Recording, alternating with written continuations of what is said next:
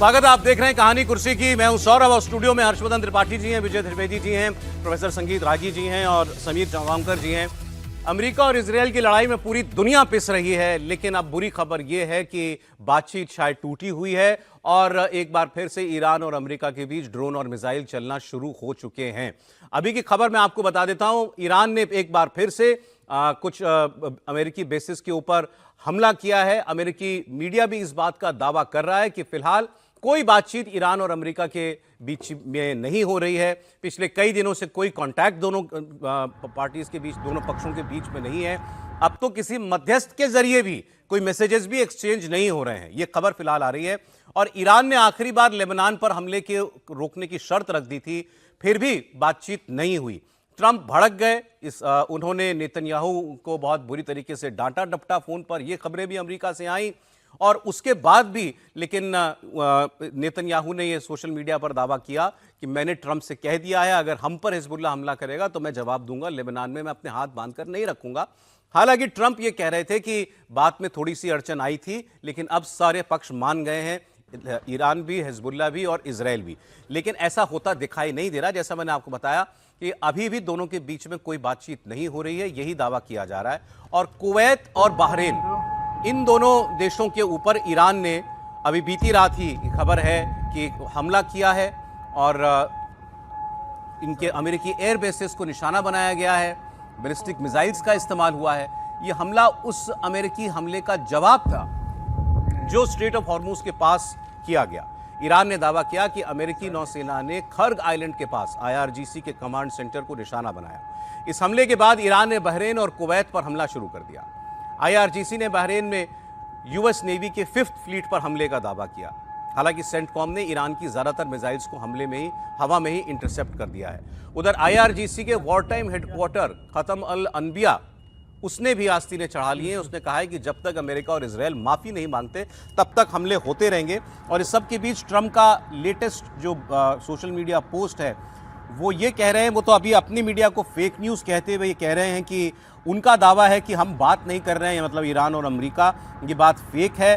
The conversations between us have been going on continuously, हमारी लगातार बात हो रही है। ट्रंप ने कल ही दावा किया, including 4 days ago, 3 days ago, 2 days ago, 1 day ago and today. वो कह रहे हैं रोजाना हमारी बात हो रही है, बीते रोज भी बात हुई है। अब ये बातचीत कहां जाएगी, वन नेवर नोज, ये भी ट्रंप लिख रहे हैं। लेकिन फिर आगे वो ईरान को धमकी भी देते हैं, as I told Iran, it's time one way or another for you to make a deal. You have been doing this for 47 years and it can not be allowed to go on. तो इसमें एक धमकी उन्होंने Iran को भी दी है, लेकिन वो ये दावा कर रहे हैं कि बात हो रही है दोनों पक्षों के बीच में। अगर बात हो रही है तो मिसाइलें क्यों चल रही हैं, ये भी सवाल है। अच्छा, इस बीच जो इनके विदेश मंत्री हैं मार्को रूबियो, उनकी हियरिंग हो रही थी अमेरिका की पार्लियामेंट के अंदर।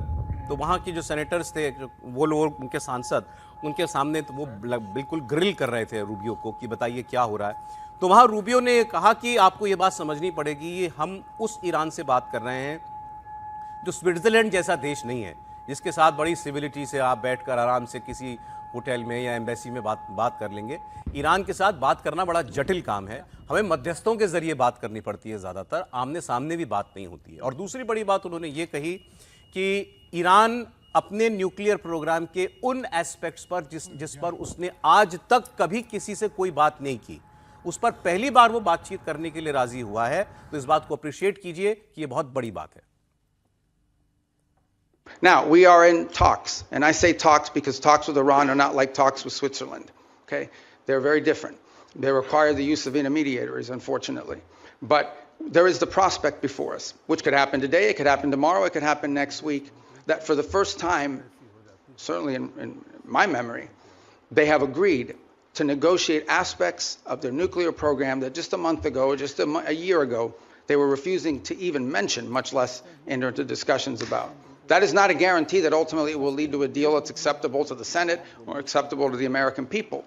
But we'll be able to engage them in a process to truly test the proposition of how far they're willing to go. Tripathi ji, अब क्या है, अब ट्रंप कह रहे हैं बात हो रही है। उन्होंने पहले कहा था कुछ एक अड़चन, हिकअप्स आए थे, लेकिन वो हमने ठीक कर लिए। उसके बाद मिसाइलें चलने लगी। रूबियो जी कह रहे हैं कि बहुत बढ़िया बात चल रही है, अब तो वो न्यूक्लियर प्रोग्राम पे भी बात कर रहा है। नहीं, देखिए, कई बार होता है ना कि किसी चीज़ को आप इतना लंबा खींच देते हैं, और ये ईरान का दोष नहीं है, ये ट्रंप का दोष है। उन्होंने जब बातचीत लगभग हो गई थी, तो सिर्फ अपना ईगो, अपना अहंकार, वो जो इतना बड़ा है उनका कि हर बात में लगे कि नहीं हमने ही सब कुछ कर दिया, उसने ये मामला बिगाड़ा है। और इस बार मामला सब कुछ सचमुच बिगड़ा हुआ है। ये अभी तक बीच में हम लोग जो देख रहे हैं, तब तक बातचीत चल रही थी, तब ये पहली बार है कि फिर से एक दूसरे के ऊपर उन्होंने हमला करना शुरू किया है। और जो ईरान की तरफ से अमेरिकी बेसेज पर कल हमले की खबर आई है, वो ज्यादा चिंता की बात है, क्योंकि एक बार वो शुरू हो गया तो फिर तो वो जिसको कहते हैं कि स्पाइरल इफेक्ट शुरू हो जाएगा। अब सवाल ये है कि क्या इसके बावजूद अमेरिका और ईरान ये समझने को तैयार हैं कि युद्ध खत्म करने के अलावा उन दोनों के पास कोई रास्ता नहीं। दुनिया को तो जो परेशानी होनी है वो हो ही रही है, एक समय के बाद वो अभ्यस्त भी हो जाएगी, लेकिन उन दोनों के पास इसके अलावा कोई रास्ता नहीं है। अब क्या लेबनान की वजह से ही हुआ? तो लेबनान से तो एक भी दिन युद्ध नहीं रुका है, किसी एक दिन नहीं रुका है। जो सदर्न लेबनान है उस पर तो बाकायदा इजराइल ने अपनी कॉलोनी तक बसा ली है, मिलिट्री कॉलोनी। तो ये मसला नहीं है, मसला सिर्फ ये है कि क्या ट्रंप जहां तक पहुंच गए थे वहां इतना अड़ गए कि फिर से फिसल कर उन्होंने खुद नीचे आ पोस्ट गए। किया था कि मैंने ही हो अपनी टीमों से कहा है कि 2-3 दिन और लो, नहीं हो जल्दबाजी मत चुका करो। था, वो सब कुछ डील फाइनल थी, क्योंकि दोनों की तरफ से बयान आ गए थे, चाहे न्यूक्लियर पर हो या फिर स्टेट ऑफ हॉर्मुज पर। इसके अलावा कोई मुश्किल थी नहीं। फिर तो आपको एसेट जो फ्रीज किए हुए थे उसको आपको छोड़ना था, और साथ में उनके मामला अभी भी रिकंस्ट्रक्शन के संभल लिए कुछ- सकता है या हाथ से निकल नहीं, गया दोबारा? मामला संभल सकता है, लेकिन ये अब ट्रंप को तय करना पड़ेगा। ईरान तो भाई जब आप एक स्थिति में पहुंच जाते हैं तो फिर वो क्या करेगा? ट्रंप तो कितने बेचैन थे वो तो आपको उस पूरी खबर से पता लग गया होगा, जिसमें उन्होंने गाली देते हुए लगभग गाली दी और नेतन्याहू पर चिल्लाए कि तुम पागल हो गए हो, तुम क्या कर रहे हो, यू आर क्रेजी, तुमसे पूरी दुनिया नफरत करती है, तुम्हारी वजह से इजराइल से नफरत करने लगी है, मैं ना हूं तो तुम जेल में चले जाते। ट्रंप बेचैन है, लेकिन उनका बहुत भयानक डुअल कैरेक्टर है। डुअल कैरेक्टर है वो आदमी। जब बहुत ज्यादा डर जाता है तो अचानक दूसरे को डराने के लिए कुछ इसी तरह के निर्णय लेता है। ये चाहे आप जितने एक्शन आप उनके देखिए, चाइना के साथ जिस तरह से कर रहे हैं, दुनिया के साथ जो टैरिफ कर रहे हैं, जिस तरह से वो अपनी कंपनियों को हड़काते हैं, यानी अपने भी यहां के लोगों को एप्पल से लेकर माइक्रोसॉफ्ट तक जिस तरह से बात करते हैं, उनको जो एक आदत हो गई है ना कि अंत में हमने डील कर दी, अब उनकी डील कोई ले नहीं रहा लेकिन फिर भी हमने डील कर दी, वो मुश्किल कर रहा है। और ऐसा नहीं है कि ये मतलब हम जो समझ रहे हैं वो दुनिया नहीं समझ रही है। उनकी अपनी सेनेट की हियरिंग में मार्को रूबियो विदेश मंत्री हैं, सेनेटर ने सामने से कहा अरे तुम तो भीख मांग रहे हो ईरान से, तुम तो भीख मांग रहे हो समझौते की। ये वो लोग अमेरिका के सांसद कह रहे हैं उनसे, वो थोड़ा सकपका गए रूबियो। उन्होंने कहा मुझे नहीं मालूम आप इस निष्कर्ष पे कैसे पहुंचे, लेकिन आप देखिए। And now we're begging to get back into a deal. No one's begging for anything here. The Iranians might be begging because their economy's losing hundreds of millions of dollars a day.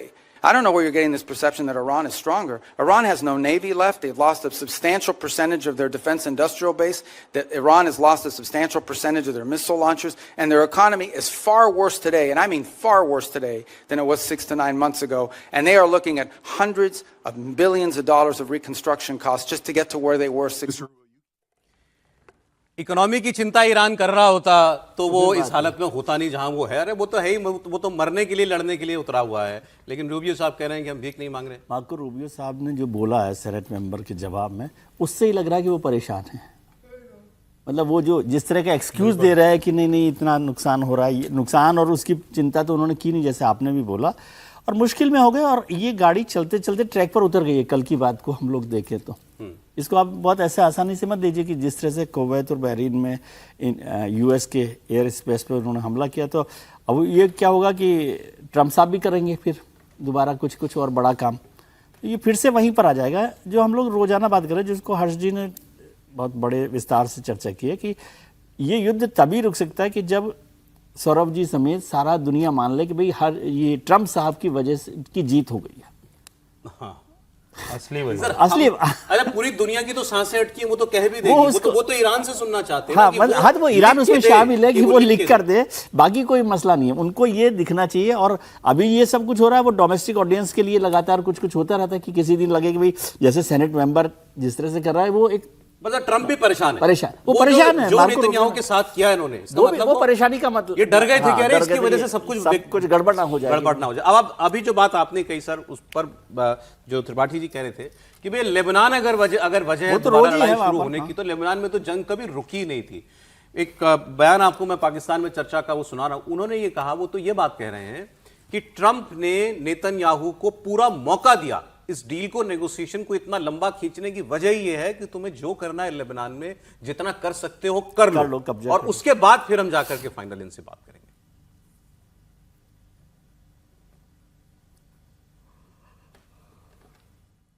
Lebanon के cease fire के बाद ही Donald Trump साहब की tone भी change हुई है और वो ये कह रहे हैं कि अगले हफ्ते जो है वो ईरान के साथ हमारा सीज फायर हो जाएगा। तो इसलिए दुनिया को सबको नजर आ रहा था कि इजराइल के लिए सारा सीज फायर रोका हुआ है, क्योंकि ईरान ने कहा था कॉम्प्रिहेंसिव सीज फायर चाहिए।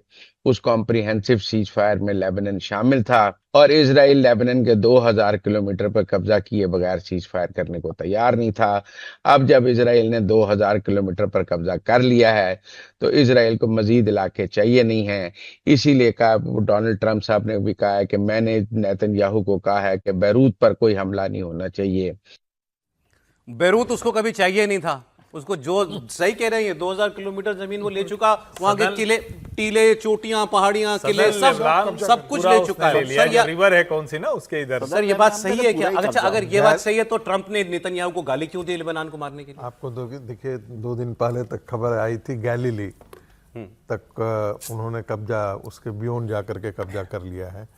तो जो काम इजराइल का करना था वो तो इजराइल अपना लेबनान में करेगा, और हिजबुल्ला को जितना मारना था उसने पिट दिया है, बहुत ठीक से पीट पाट दिया है।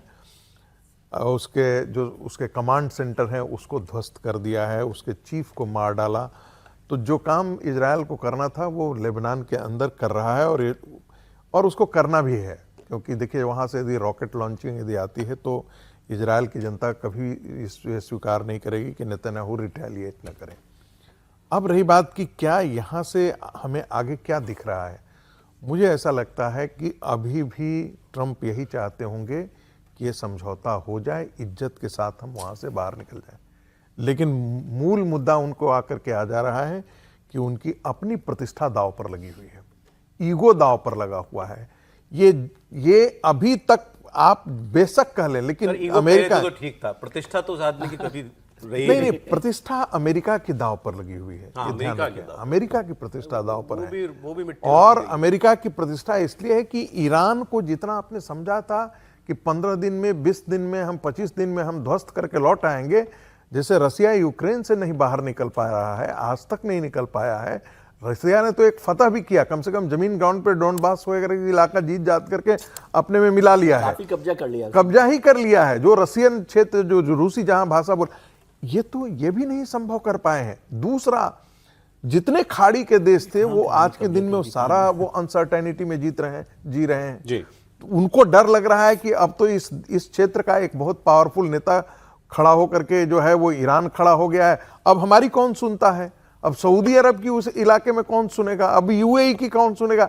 मिलिट्री टर्म्स में हम बात कर रहे हैं, हम आर्थिक स्थिति की बात नहीं कर रहे हैं, लेकिन मिलिट्री टर्म्स में, स्ट्रेटेजिक टर्म्स में आज के दिन में उस पूरे रीजन में यदि कोई दादा निकल करके आया है तो ईरान निकल करके आया है। इसमें तो कोई शक दिखाई नहीं दे रहा कि अमेरिका जो चाह रहा था वो कर ही नहीं पाया और पूरी दुनिया को हॉस्टेज बनवा दिया।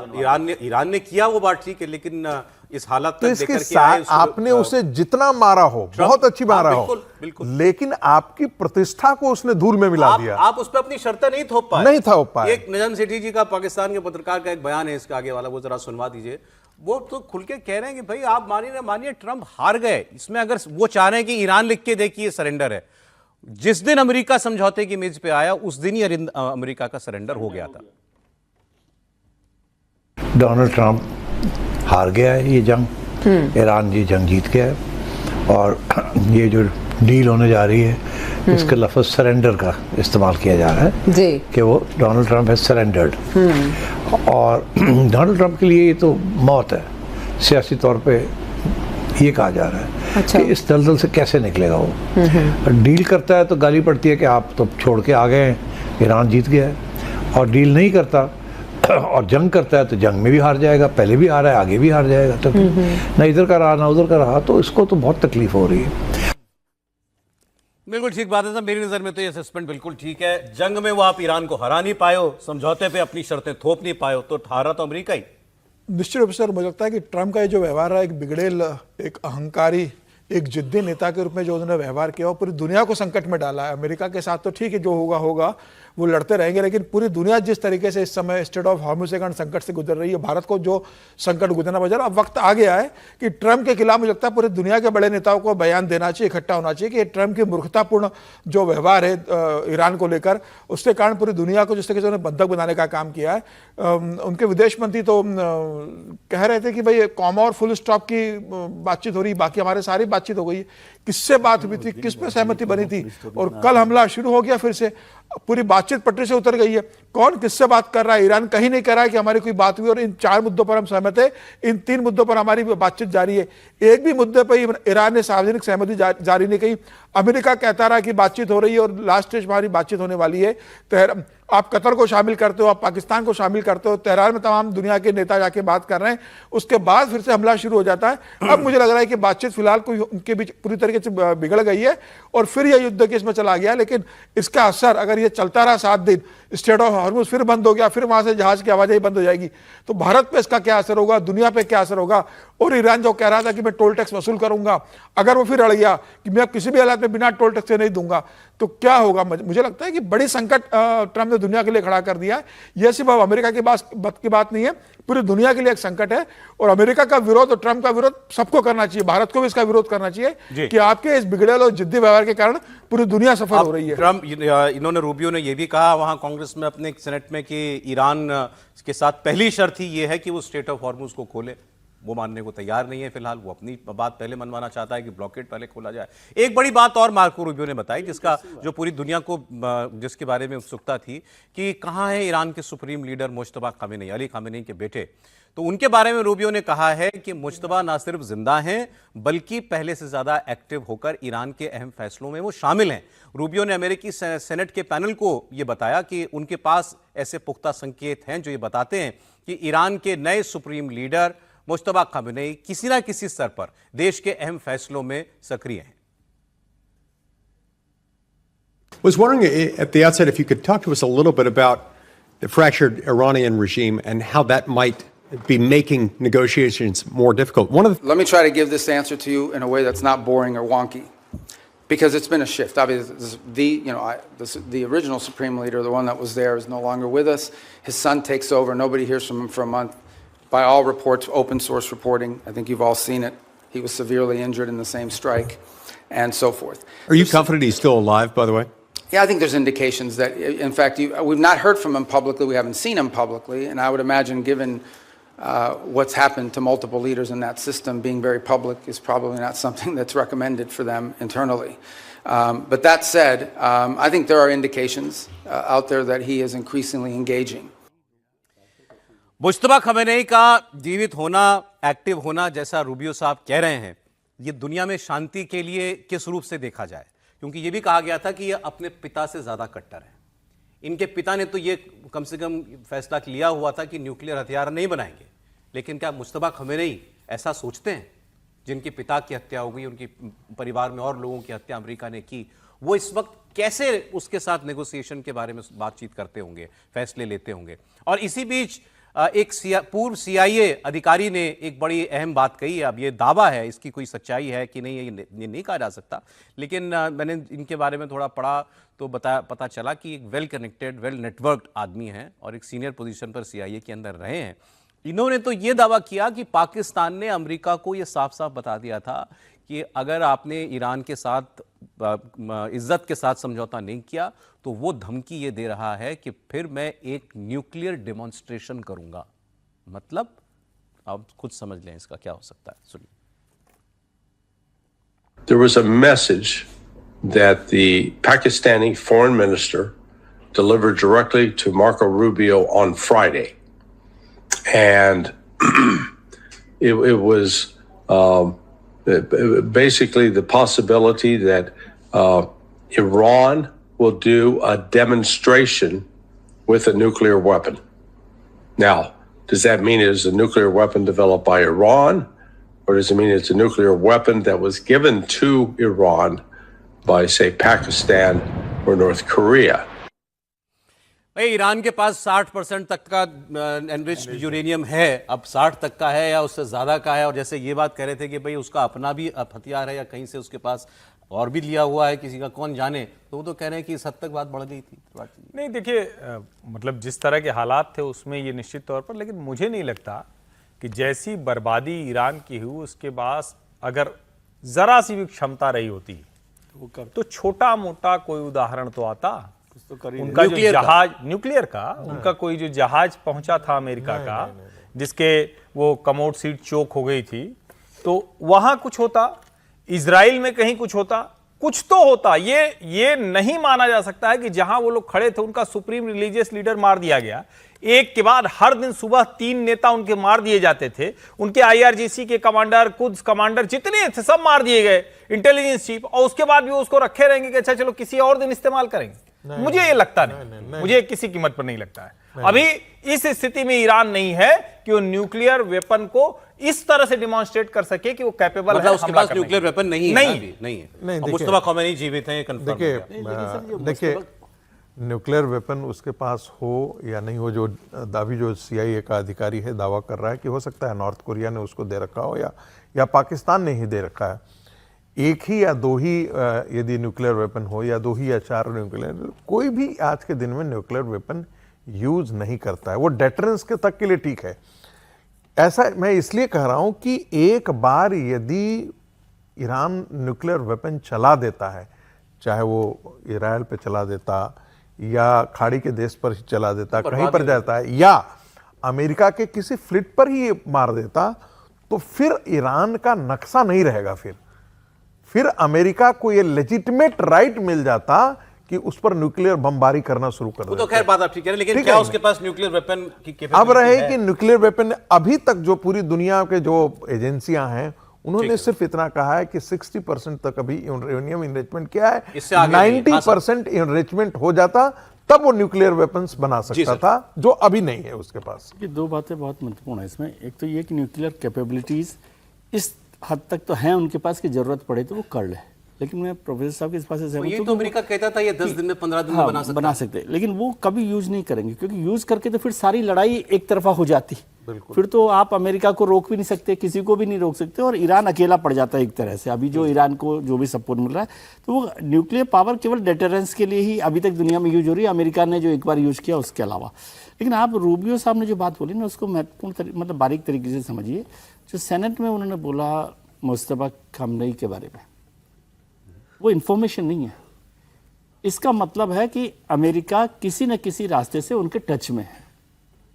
वो कोई सेनेट को इंफॉर्मेशन नहीं दे रहा कि खमेनी जिंदा है, उनके लिए क्या फर्क पड़ रहा है जिंदा है कि मर गया। उनसे हमारी बात हो रही है। हाँ, इसका मतलब है कि अमेरिका की बातचीत खमेनी से या उस स्तर पर हो रही जी, ऐसा मुझे उसका मैसेज लगता है।